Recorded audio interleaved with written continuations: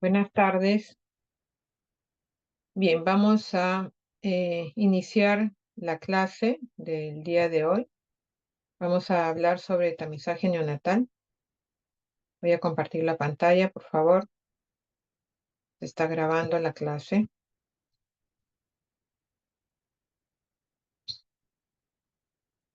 Bien, voy a salir y poderles compartir la pantalla. Por favor, me confirman si ven la pantalla. Sí se ve, doctora. Gracias. Acá sí podemos poner puntero. Creo que no, pero bueno, voy a tratar de hacerlo solamente con la flecha del cursor. Bien, vamos a hablar sobre tamizaje neonatal entonces en la clase de hoy, correspondiente al tema respecto a enfermedades que pueden ser detectadas del periodo perinatal, en este caso desde el recién nacido, el periodo neonatal. Ya forma parte por ello de los temas respecto a la parte de neonatología. Soy la doctora Mendiola y bueno, vamos a continuar. Entonces, el tamizaje neonatal en realidad lo podemos definir como un grupo de exámenes que pueden ser laboratoriales o clínicos en otro tipo de patologías, pero en este caso vamos a hablar sobre los exámenes que corresponden a la parte laboratorial que se realizan en los primeros días de vida en el recién nacido en búsqueda de alguna condición que pueda causar una patología o cuadro clínico severo de salud, inclusive a la muerte, llegar a la muerte si no son detectados a tiempo. Este tamizaje lo que nos va a permitir es poder pesquisar a algún recién nacido que podría tener una enfermedad dentro de estas estudiadas y separar a los recién nacidos que probablemente no tengan el desorden. Sin embargo, los estudios de tamizaje neonatal, y esto hay que considerarlo bien, no son diagnósticos. Son solamente el alerta de que hay un resultado que está alterado y que debe de confirmarse el diagnóstico. El padre del tamizaje neonatal es el doctor Robert Guthrie, que inició el estudio de la fenilcetonuria, que es una enfermedad que produce un retardo mental severo de no ser tratada de manera temprana, y fue el que propuso y el que empezó a utilizar el papel de filtro para poder transportar las muestras sanguíneas, porque las distancias eran muy difíciles poder tener una muestra estable, una muestra fresca, ¿no? Para la década de los 80 se incluyó dentro de estos programas de tamizaje al hipotiroidismo congénito, considerado como la causa prevenible más frecuente de retardo mental, con una incidencia de 1 en 3.000 nacidos vivos, y esto a veces es mayor en algunos lugares que en otros. Los criterios para uso de tamizaje: es importante saber que no todas las enfermedades se pueden poner como parte para un tamizaje. Estas deben de ser enfermedades que lleven a un problema importante de salud, que sean fáciles de diagnosticar y de tratar también, que sean enfermedades que puedan ser diagnosticadas en una fase asintomática o latente, que sean aceptados por la población. Este tipo de estudio, que los profesionales encargados de todo lo que respecta al tamizaje neonatal, no solamente el médico, sino también quien toma la muestra, las licenciadas de laboratorio que procesan, conozcan y entiendan la historia natural de la enfermedad para sensibilizar. Debe de formar parte de políticas de salud de los estados, y el costo de un caso hallado debe ser menor a los gastos generados por la enfermedad sintomática, ¿no? Entonces, eso es muy importante. Imagínense un niño que nace con un potencial como cualquier ser humano, y que por una no detección de un diagnóstico de hipotiroidismo congénito termine con un retardo mental, la carga a la familia, el dejar de trabajar de uno de los padres para poder atender al niño, los gastos que conlleva las atenciones médicas por las comorbilidades asociadas, ¿no? Entonces, eso es importante tenerlo también en consideración y es parte de los criterios de uso del tamizaje. El proceso del tamizaje es tener una cartilla donde van a tener los datos de acuerdo a cada institución, pero mayormente son datos del recién nacido, de la madre, direcciones, teléfonos, para poder dar información del resultado rápidamente. Hacia el lado derecho ustedes pueden ver el papel filtro, que es donde va a caer las gotas de sangre. Y para la técnica en toma de muestra, ustedes ven en la parte rojita o en la rayita del pie del niño los lugares donde deben ser punzados para la toma de la muestra. La gota debe ser una buena gota que caiga y que inclusive se pueda ver en el siguiente lado del papel filtro. Entonces hay unas características que ya las técnicas que las enfermeras están prestas y que conocen, están preparadas para esta toma de muestra.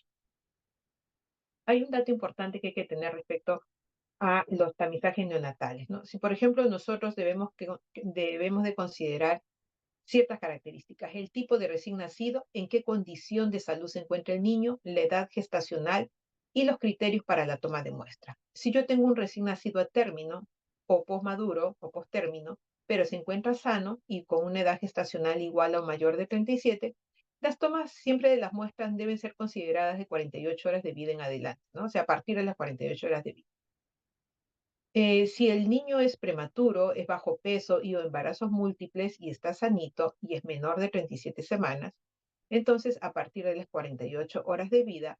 Pero si el alta, en caso que el alta sea antes de las 48 horas de vida, que a veces puede ocurrir, porque el niño por lo demás no tenía ninguna morbilidad, debe de solicitarse a la madre que el niño regrese para ser tamizado dentro de la primera semana de vida, si es que no puede ser a las 48 horas.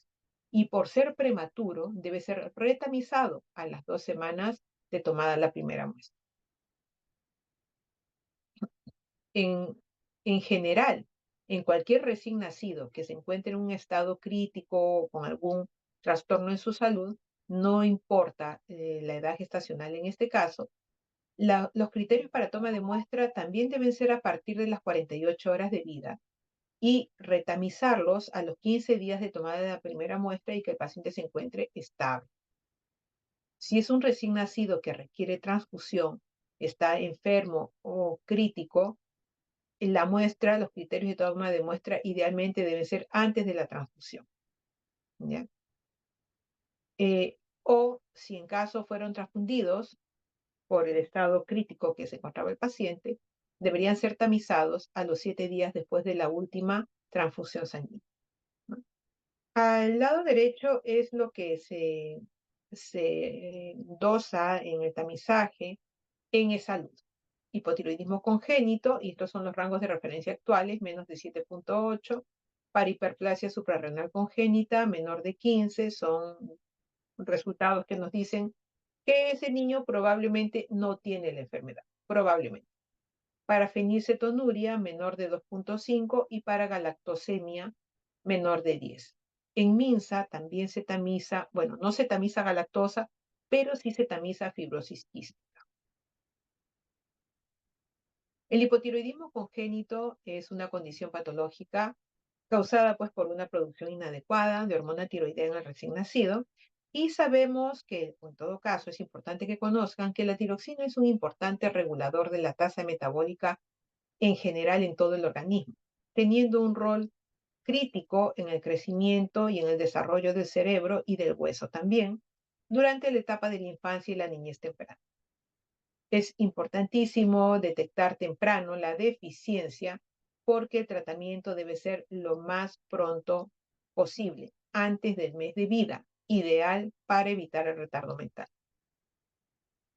En el seguimiento de pacientes que fueron diagnosticados y tratados de manera precoz, se ha encontrado que el crecimiento y el desarrollo es similar al de un niño sin ninguna patología asociada. La glándula tiroidea es la primera glándula en desarrollarse más o menos para el día 24 de gestación y es derivada de dos primordios de la zona del piso faríngeo y de la cuarta bolsa faríngea, ¿no? Donde van a venir las células parafoliculares y del piso faríngeo las células foliculares. Hay genes, como en todo el organismo, asociados al desarrollo de los diferentes órganos que tenemos, ¿no? El HEX, TTF1, FOXE1, NKX25 y el PAX8. Ahora, la síntesis de la tiroglobulina se inicia ya desde el mes de formado el producto. De 10 a 12 semanas de edad gestacional ya tenemos síntesis de las hormonas tiroideas y la TSH va a tener una secreción, pero no es por feedback, es una secreción independiente. Ya para las 18 semanas, sí, este feedback pituitario tiroideo se hace funcional. En ese momento se hace funcional. Para el tercer trimestre, vamos a encontrar que va a haber una acción a nivel de la diferenciación y arborización neuronal, además de la sinaptogénesis. Entonces, la hormona tiroidea, la triodotironina, ingresa a la neurona para ejercer su acción tanto por la vía de los astrocitos mediante una desiyodinación de la T4 o también a través de la barrera hematoencefálica de manera directa para ejercer su acción en la diferenciación y arborización neuronal y sinaptogénesis. Esta es la historia natural del hipotiroidismo congénito, ¿no? Un paciente que, bueno, en realidad lo primero que se va a notar es una pobre ganancia de peso, la macroglosia, un llanto ronco, una ictericia que se prolonga. Posteriormente se verán también la hernia umbilical, el estreñimiento o constipación, la piel seca, el edema a continuación, la fontanela posterior amplia y finalmente hasta el bocio, ¿no? El incremento de volumen de la glándula tiroidea. Esa es la historia natural. También se debe de evaluar la severidad del hipotiroidismo congénito una vez que es diagnosticado, una vez que es detectado por el tamizaje, definir el diagnóstico y ver la severidad. La severidad la vamos a notar con los valores de la T4 libre, por lo tanto el tamizaje no me ayuda a decir si es severo o no. Utilizamos en el hospital mayormente más que picomoles por litro, en nuestro hospital sí utilizamos en nanogramos por decilitro y es severo menor de 0.4, moderado menor de 0.8 hasta 0.4 y leve de 0.8 a 1.2 los valores de la T4 libre, la tiroxina libre. El hecho de una tiroglobulina por debajo de niveles detectables nos habla de una tireosis o un defecto completo en la síntesis de la tiroglobulina. O sea, puede ser funcional o puede ser anatómico. La radiografía de rodillas, la ausencia de epífisis en rodilla, también son signos de la severidad del hipotiroidismo.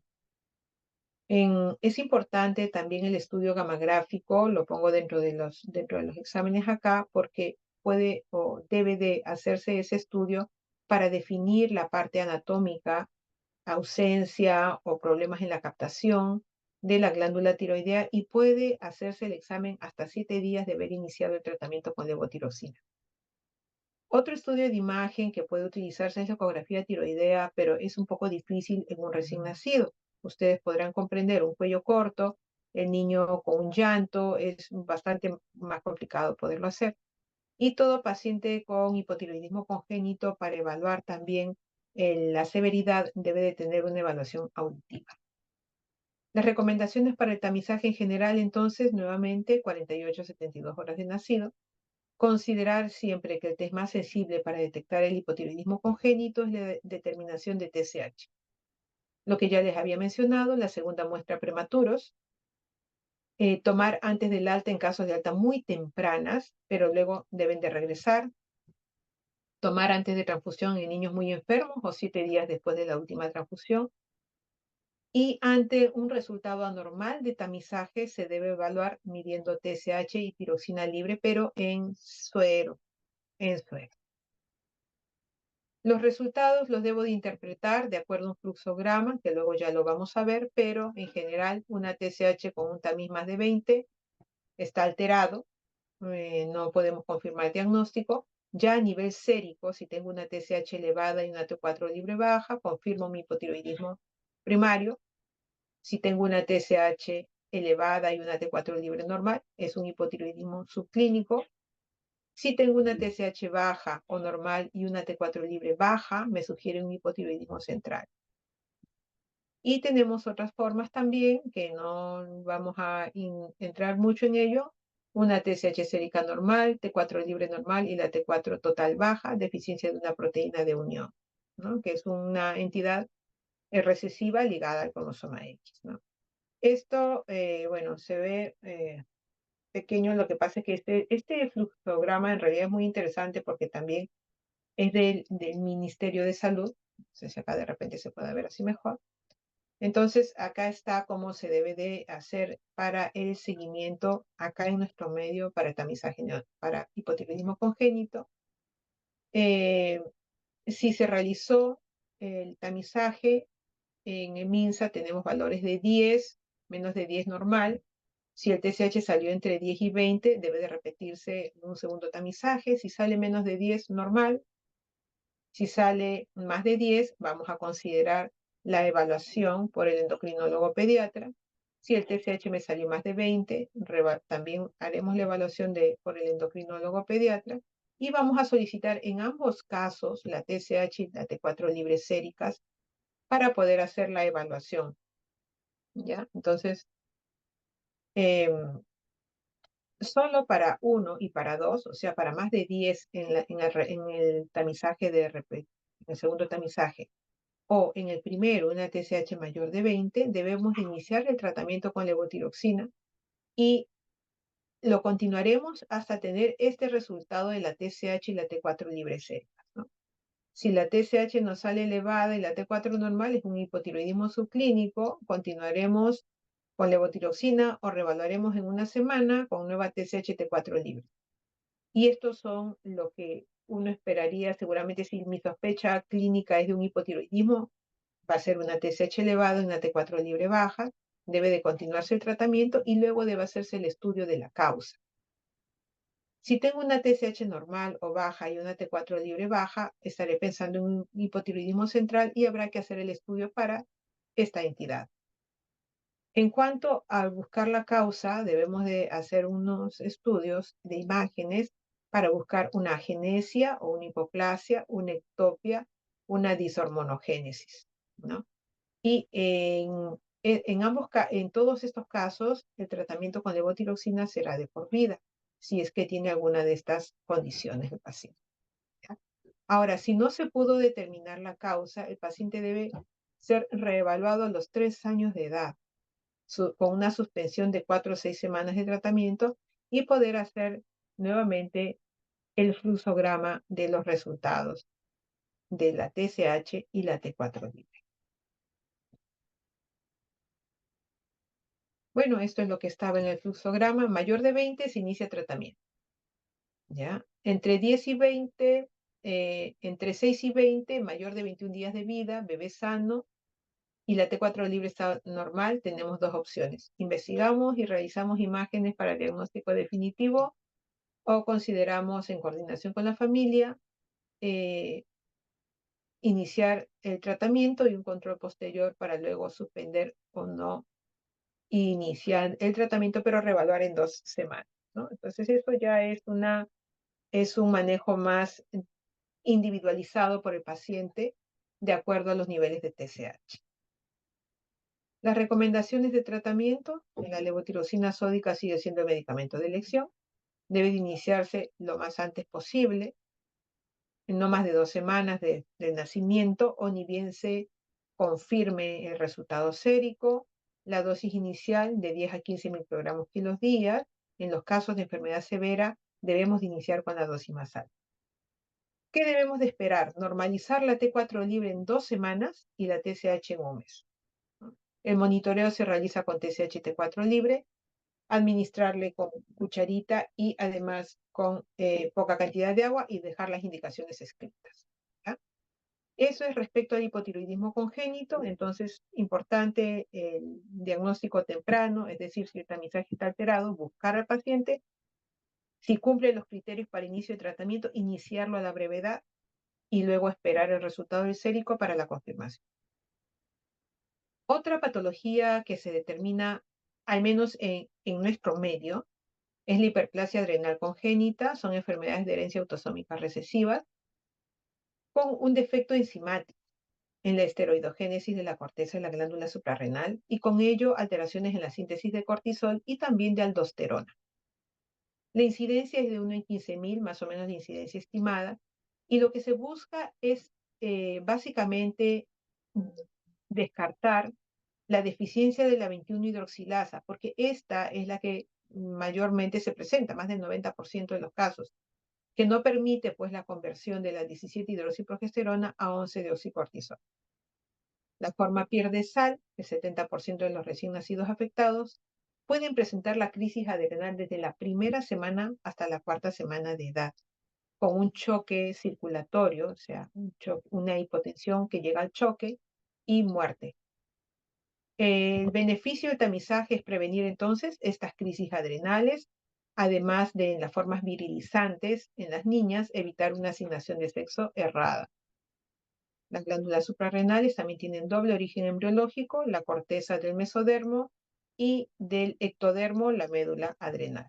La fisiología de la esteroidogénesis tenemos que es así. Esta es la zona glomerulosa, que corresponde a un 10 a 15% de la masa de la corteza. Está regulado por la angiotensina 2 y por el potasio plasmático, y su acción va a ser la producción de aldosterona, la reabsorción de sodio en el intravascular y por lo tanto mantiene presiones estables, presión arterial estable, secreción de potasio y de protones, por lo tanto evita la acidosis metabólica, ¿no? El incremento de los protones y con esto la acidosis. En el caso de la zona fasciculada, que corresponde al 75-80%, esta es regulada por la ACTH y es encargada de producir glucocorticoides, también un poco de mineralocorticoides y menos andrógeno. Y la zona reticularis, que corresponde al 5 al 10%, zona reticulada, es básicamente productora de andrógenos. Entonces, en el déficit de 21-hidroxilasa, que digamos es la forma más severa, la más común también de todas las deficiencias de enzimáticas de la hiperplasia adrenal congénita, lo que vamos a tener es una alteración a este nivel, a nivel del gen de la 21-hidroxilasa que está mutado, y por lo tanto no se va a llevar a la producción de aldosterona, entonces no va a haber reabsorción de sal dentro de los vasos sanguíneos, va a haber acúmulo de potasio y va a generarse acúmulo también de protones. A nivel de la zona fasciculada, lo que va a ocurrir es el incremento de la 17-hidroxiprogesterona porque está mutada este gen y por lo tanto hay una deficiencia de esta enzima, de la 21-hidroxilasa, y no se va a producir cortisol. Entonces, ¿qué va a haber? Va a haber disminución de la glucosa y con hipoglicemias severas también, ¿no? Esta elevación de la 17-hidroxiprogesterona eh, tiene que seguir igual una vía. Y esta vía va a ser para la 17-hidroxipregnenolona y hacia la producción de andrógeno. Entonces vamos a tener una elevación de la dehidroepiandrosterona, la androstenediona y la testosterona. Por lo tanto, lo que vamos a encontrar es un incremento de todos los andrógenos. Entonces, ¿qué vamos a tener por acción alterada en la zona glomerulosa? Hipotensión, acidosis metabólica, hipercalemia. Por la vía de la zona fasciculada, que vamos a tener hipoglicemia. Por la vía de la zona reticularis, que vamos a tener incremento de los andrógenos, virilización en las niñas y en los niños macroorquidismo. Eso es lo que vamos a tener. Eso es lo que es la clínica de lo que ahorita les estoy presentando. Bueno, y eso es lo que tenemos en la clínica, ¿no? Lo que les decía. Bueno, y la falla de medro es por deshidratación, ¿no? Entonces, falla de medro, vómitos, deshidratación, alteración de conciencia y choque, virilización en las niñas. Este es una paciente, es una recién nacida, cariotipo 46XX, ¿no? Pero fíjense la escrotalización de los labios mayores y la hiperplasia del clítoris, que parece en realidad un falo. Puede haber inclusive fusión de labios y seno urogenital común, ¿no? La virilización en niños con incremento de longitud y grosor de pene es lo que se puede apreciar. La hiperpigmentación de piel y mucosas, también areolas genitales externos. Cada laboratorio establece sus rangos normales para su población. Para salud es 15. La recomendación para el tamizaje, como antes era la prueba inmunológica, como por ejemplo el ELISA, pero ahora se hace por espectrometría, además en cromatografía líquida, y desde el 2016 por ensayo inmunofluorométrico Delfia, y hay algunos valores en los cuales es seguro que el paciente tiene la enfermedad. Por ejemplo, valores por encima de 200 nanogramos por mililitro es diagnóstico de deficiencia de 21-hidroxilasa. El algoritmo para tamizaje neonatal, entonces, si tenemos una elevación importante de la 17-hidroxiprogesterona, debemos de referir a la especialidad adecuada para confirmar el diagnóstico, y se debe hacer una historia clínica. El paciente debe ser hospitalizado, se hace el estudio de la 17-hidroxiprogesterona, los gases venosos, los electrolitos, la actividad de la renina plasmática, aldosterona y un test genético, ¿no? Entonces, si se confirma la elevación de la 17-hidroxiprogesterona, la hiponatremia, la hipercalemia, la acidosis metabólica, bueno, debe iniciarse el tratamiento y hacer un test genético también a la familia.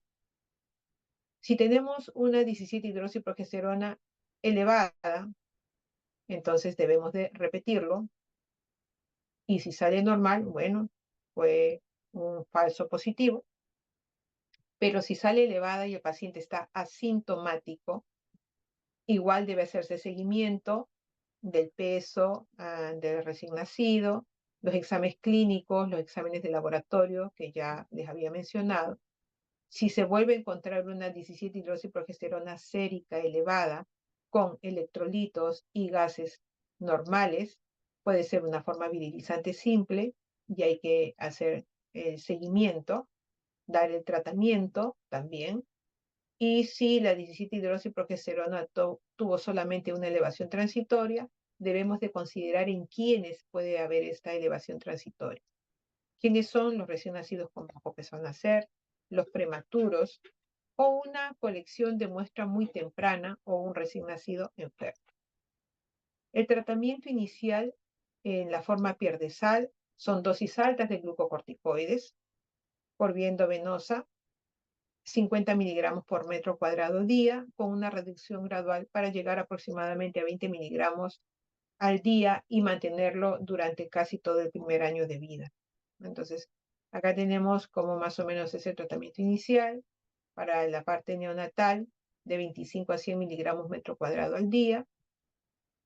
La fludrocortisona, que también se adiciona en estos casos, porque también les vuelvo a repetir que hay alteración de la aldosterona, o sea, hay alteración de mineralocorticoides, y a veces la hidrocortisona a la dosis fisiológica que se le da para el niño no es suficiente como dosis mineralocorticoides. Solamente en casos de dosis de estrés sí puede suspenderse temporalmente el uso de la fludrocortisona. Y agregar sodio, ¿no? Agregar sal. La parte de mantenimiento va a depender de la edad del paciente. En el caso del periodo neonatal, de 10 a 20 miligramos metro cuadrado al día. Fludrocortisona, la misma dosis. Y para preescolares, escolares y puberales, esta dosis va cambiando. La dosis fisiológica va siendo un poco más baja. Considerar la dosis de estrés. El paciente debe de irse con sus indicaciones para dosis de estrés. ¿Y qué puede generar estrés en el recién nacido o en la etapa de lactante temprano? Las vacunas, las infecciones respiratorias, ¿no? Cuando son cosas muy leves puede mantenerse la dosis, pero si el paciente se asocia, empieza a tener infecciones asociadas a fiebre de 38,5 en adelante, vómitos, diarreas, entonces debe de triplicarse o hasta 4 veces la dosis de mantenimiento, mientras el paciente se encuentre con el proceso que lo descompense. Si en caso el paciente ingresa a una cirugía o está con una infección sistémica severa, la dosis debe ser de 100 miligramos por metro cuadrado. Otra patología, y dentro de las que tenemos, que manejamos, como les decía, en salud, es la galactosemia. Es una enfermedad autosómica recesiva caracterizada por incapacidad para metabolizar la galactosa en glucosa. Estos pacientitos lo que van a tener es un acúmulo de galactosa y sus metabolitos en sangre y tejidos. Habitualmente en el recién nacido se va a presentar como un rechazo a la alimentación, vómitos, hipoactividad en las primeras semanas de vida nada más. Entonces, es importante que igual como en las otras dos patologías comentadas, que se puede identificar en la fase presintomática y dar un tratamiento precoz a la galactosemia. La incidencia es 1 en 47.000, 1 en 70.000, y la forma por la epimerasa, la galactosa 4 epimerasa, es extremadamente rara. Este es el metabolismo de la galactosa. Entonces la D-galactosa se transforma en galactosa 1-fosfato por tres enzimas principalmente, por la galactoquinasa, por la galacto 1-fosfato transferasa y por la galacto 4 epimerasa. Cuando hay alteraciones en algunas de estas enzimas, lo que va a ocurrir es el acúmulo de galactosa eh, mediante el galactitiol, que se eleva, y el galactonato, que estos son los sustratos tóxicos, ¿no? Sustratos metabólicos tóxicos para el paciente. Entonces, tenemos la 1-fosfaturiditransferasa, que es la GAL, la forma clásica. En estos casos tienen la actividad enzimática está muy reducida o casi nula, menor del 25%. Y en las 2 primeras semanas de vida ya puede el paciente tener todas estas manifestaciones que se colocan acá, incluyendo lo que ya habíamos mencionado, la letargia, los vómitos, el sangrado prolongado por venopunción con hepatomegalia, hacen ictericia, colestasis, una sepsis temprana por Escherichia coli, y van a haber cuerpos reductores en orina porque la glucosa es eliminada sin que pueda metabolizarse, ¿no? Entonces, bueno, hay una forma benigna, que es la forma de Duarte, donde presentan una reducción de la actividad de la enzima GAL, pero solamente de 50%. Entonces queda un sustrato, al menos de la enzima, que sí genera una acción y por lo tanto puede ser metabolizada la galactosa. En las formas clásicas, no la forma benigna, las secuelas cognitivas del lenguaje, las secuelas motoras, las cataratas, son pues importantes en el paciente, ¿no? Ya más grande puede encontrarse una disfunción ovárica y también falla de Medro. La galactoquinasa tiene algo parecido, como son cataratas, pero no hay afectación hepática. Hay características bioquímicas, como de repente alteraciones eh, en las sustancias reductoras en orina, pero otras cosas más no van a manifestar. La forma de la uridil 4 epimerasa, uridil trifosfato epimerasa, hay una forma severa que es similar a la lactosemia clásica, que está asociado también a un retraso psicomotor, y la forma benigna donde solo hay deficiencia en el glóbulo rojo, o sea, pueden ser pacientes con una anemia crónica, pero no a nivel hepático. Es importante que se puedan también diagnosticar o se puedan descartar hipergalactosemias primarias por otras causas, pero es importante considerar que pudiera ser un paciente con un tamizaje alterado, una galactosemia, por las implicancias en el neurodesarrollo, en las infecciones sistémicas que pueden tener estos pacientes. Las recomendaciones del tamizaje neonatal: hay que considerar que en el tamizaje se mide la galactosa total, o sea, no podemos diferenciarla, ¿no? El valor normal es que sea menor a 10. En otros lugares hacen galactosa 1-fosfato, miden la actividad de la galactosa 1-fosfato uridiltransferasa, o sea, de la forma clásica, y finalmente llegan al estudio de biología molecular. Hay que considerar los falsos positivos en el tamizaje, todo lo que provoca un shunt desde intestino a circulación sistémica, y las variantes. Y los falsos negativos, que el paciente no haya estado expuesto a galactosa al momento de la toma de la muestra. Pero un paciente que estaba en NPO, que no recibía por las razones que fueran, y le hacen y va a salir negativo. Siempre se debe colocar si el paciente está tomando leche, no. todo recién nacido con un tamizaje positivo para galactosemia debe ser colocado en restricción de galactosa en la dieta, hasta tener el diagnóstico definitivo. Los test definitivos para déficit de galactosa incluyen los análisis cuantitativos de galactosa 1-fosfato en glóbulo rojo. Si es normal el análisis cuantitativo, si es normal, entonces se debe pasar al análisis cuantitativo de las otras formas, del GALC y del GALE, de la epimerasa, sobre todo también para descartar, ¿no? Y si tenemos, por ejemplo, el resultado del tamiz neonatal, ¿cómo debiera ser el fluxograma, ¿no? Si yo tengo una galactosa, bueno, menor de 10 ya hemos dicho que no hay problema, pero ¿qué pasa si es mayor de 10 miligramos? Entonces debemos localizar al paciente y tomar un segundo tamizaje. Si este sigue saliendo en más de 10, debemos de hacer la evaluación pediátrica y confirmar el diagnóstico con las pruebas de la galactosa total y de las otras galactosas. Las pruebas nos salen normales, entonces caso descartado y controla al niño. Otras causas de galactosa elevada pueden haber, las que ya habíamos mencionado, es un falso positivo y hay que buscar otras causas, ¿no?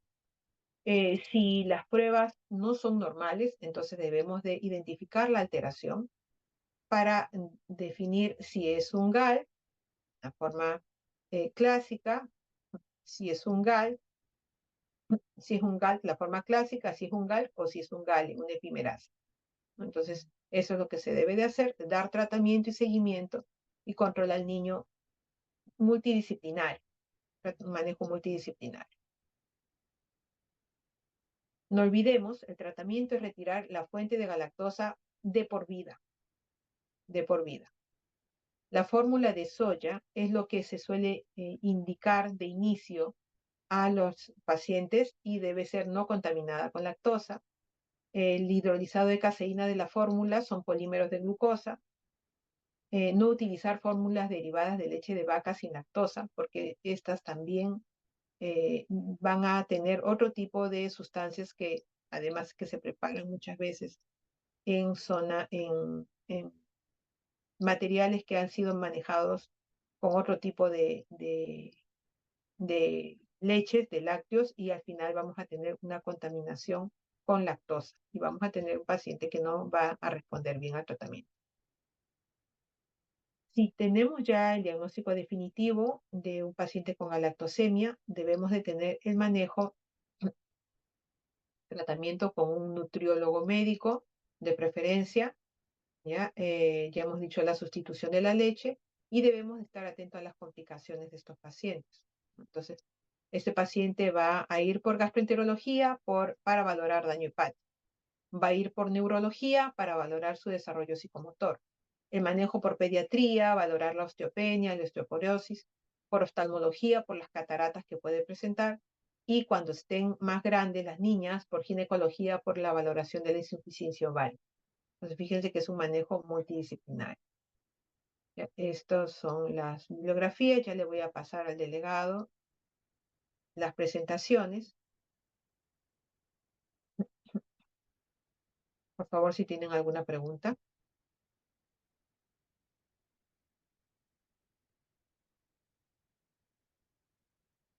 Todo claro, doctora.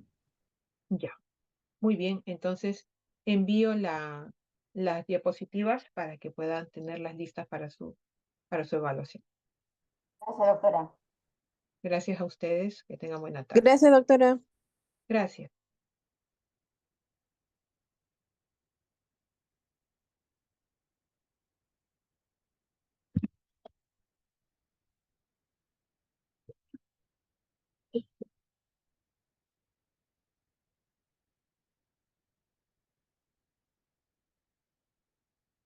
¿Dónde está mi pastote?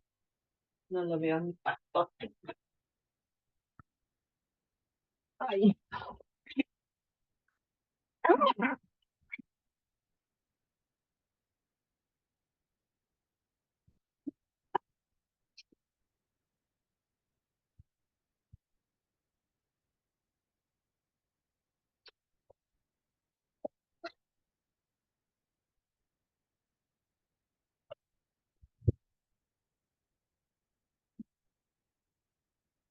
No, nadie comenta nada, nadie.